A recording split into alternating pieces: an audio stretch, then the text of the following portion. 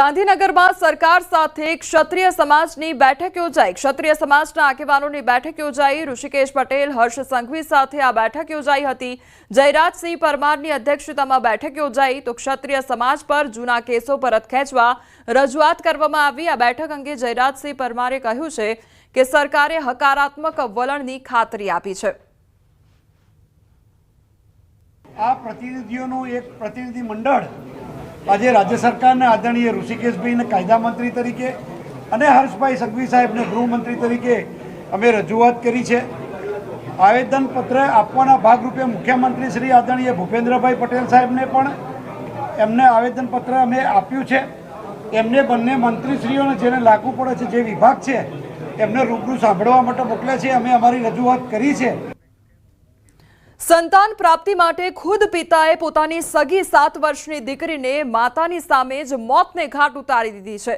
खेडाना कपड़वंज पासेथी पसार थती नर्मदा मुख्य केनालमां दीकरीने फेंकी दीधी। मातानी सामे ज दीकरीने केनालमां फेंकी दीधी अने आरोपी पिताने 2 दीकरीओ हती। पुत्र प्राप्तिनी लालचे पिताए नानी दीकरीनी हत्या करी नाखी। दर्शन कराववाना बहाने आरोपी तेनी पुत्री अने पत्नीने लई घरेथी નીકળ્યો હતો। તે સમયે અચાનક રસ્તા પર બાઇક રોકી પુત્રીને કેનાલમાં ફેંકી દીધી।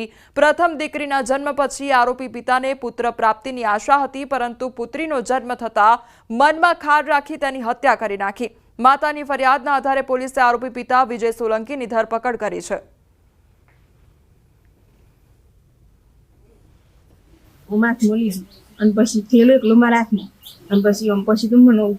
खबर ज ना होय के मारे पछी फेंकवा लीधी। तो आप नॉर्मल संतान करवानुं व्यक्ति मगज में कापड़ खबर पछी फेंक्या पछी मैं एक जोई रही हूँ खासी वार तरत जोवा जी अने खसी गयो खासी छे दूर जतो रह्यो।